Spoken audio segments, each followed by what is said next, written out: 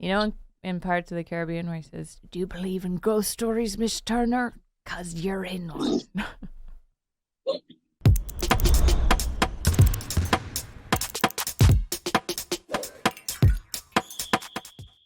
Welcome to Oddball. I'm Charlotte Wilder here in New York, and today we're going to do things a little bit differently. You might be wondering, where's Amin Elhassan, who usually starts the show? Well, my friends, he is stuck in an elevator. He's stuck in an elevator in his hotel in New York City. So we're gonna do what any great and trusted news broadcast does. We're gonna go right to the source, and welcome in Amin from the elevator. You've been in there for 10 minutes? Longer now. Oh my God. How's morale? Now straight in. In? Okay. Oh, we're shaking again. Okay. Look, movement's better than no movement. I'm not sure that's accurate. Okay, that might not be true. You're sort of like the guy who camped out at Wingstop last night hoping for his 5 free boneless wings if the Pistons won. Just never happened. Or that guy. One of those. Thank you. Which is worse, the purgatory of being stuck in an elevator or being a Detroit Pistons fan? Oh, being a Pistons fan. Yeah, being a Pistons fan, hands down. Someone says I'm going to start eating the chairs in the stadium until we win. Oh, that sounds awful. A lot of people talking about how Cade Cunningham looked like he was crying. Graphics of sell the team on T-shirts. I do like the idea that they skipped all over firing people and just gonna sell it. Yeah. Just sell it. Just sell it. The caption here is Pistons, you can save this poor granny if you win today. And here's the image. It's a grandmother in a bird cage. Or like a dog crate. I don't know. I don't know why she's in there. People talking about Tom Gorse, who, as the owner of the Pistons and famous private equity guy, is clearly someone who cares about people and fixing things in a holistic manner and making sure that this isn't just a question of money and profit, but about heart and soul and true NBA basketball. Somebody said they started watching NBA basketball last year, and they cheer for the worst team in the history of basketball. They just became a Pistons fan. It's like me. Are you a Pistons fan? I'm fascinated by them. Yeah, you watch a lot of Pistons basketball. I do. Someone says, I actually don't think I've ever felt this bad about sports in my life. I've lost all my will to watch or play basketball. I play basketball with my friends every weekend, and I don't know if I will be able to do it at this point. I genuinely feel terrible about anything basketball because of this streak. There's a SpongeBob meme where Patrick and SpongeBob are sitting next to each other. SpongeBob says, hey, Patrick. Patrick says, what? SpongeBob says, I thought of something funnier than 24. Patrick says, let me hear it. And SpongeBob says, 25. Oh, okay. Oh, never touched it. We never touched the stop button. It's not a fault, don't worry. Are you going to push a button? Oh, asked if we had pulled the stop button, just like a knob, and the answer to that was negative. So, asking about that thing right there. How's your day?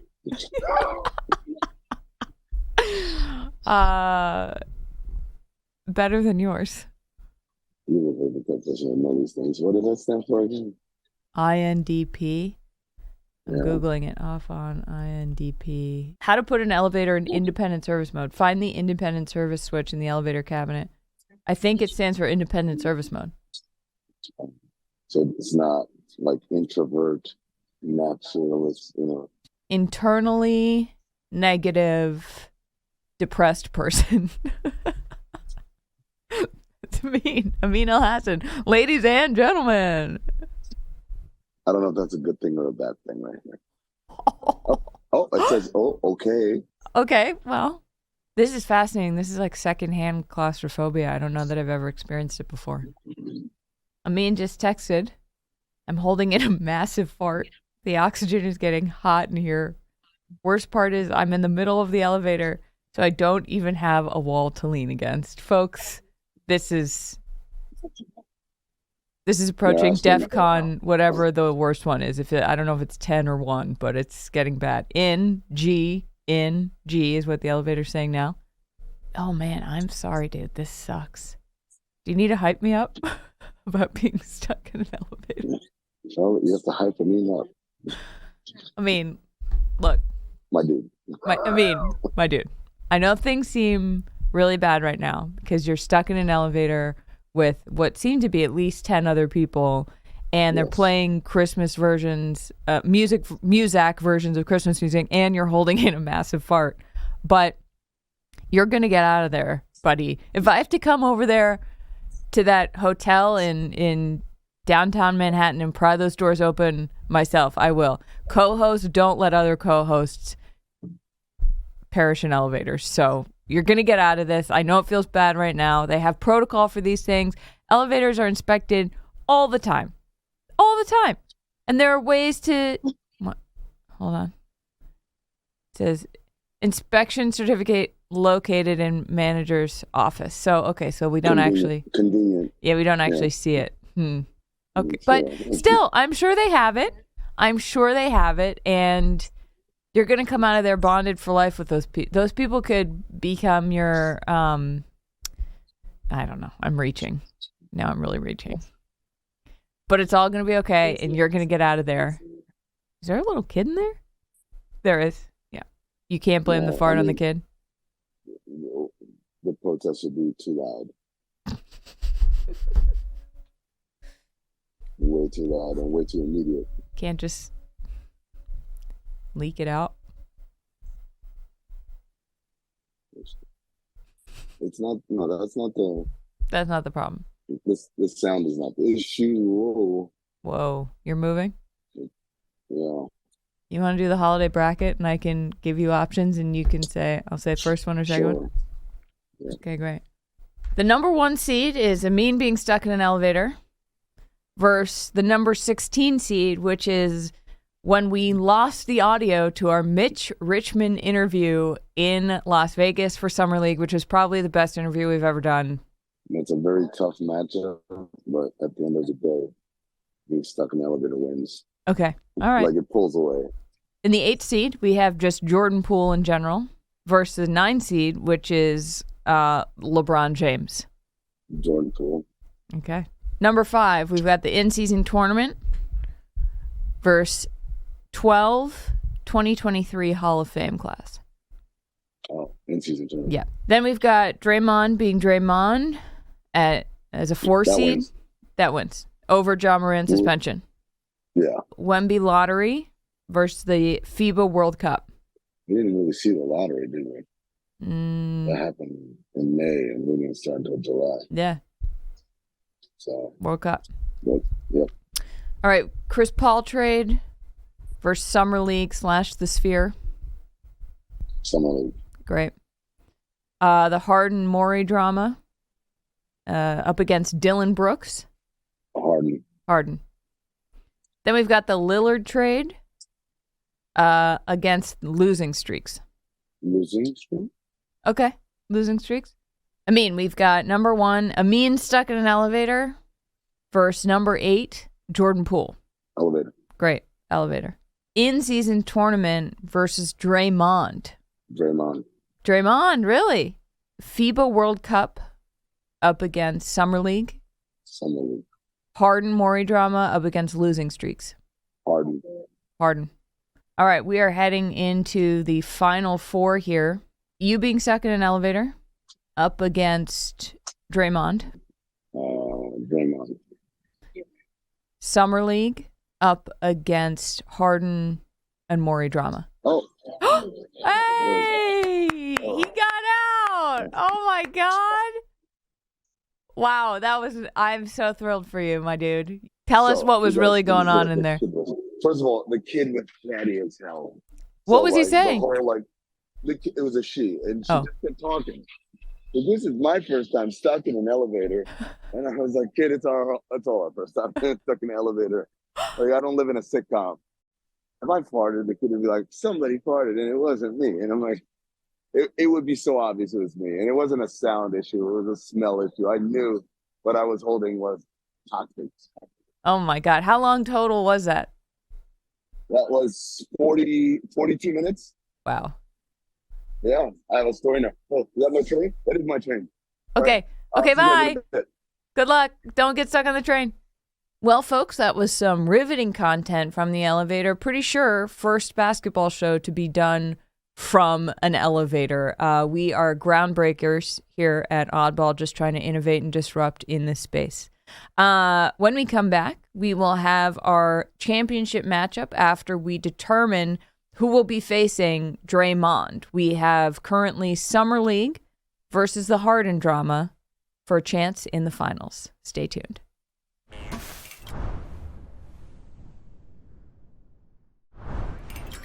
Hey, look who made it. Oh my God. I've never been happier to see you, Amin.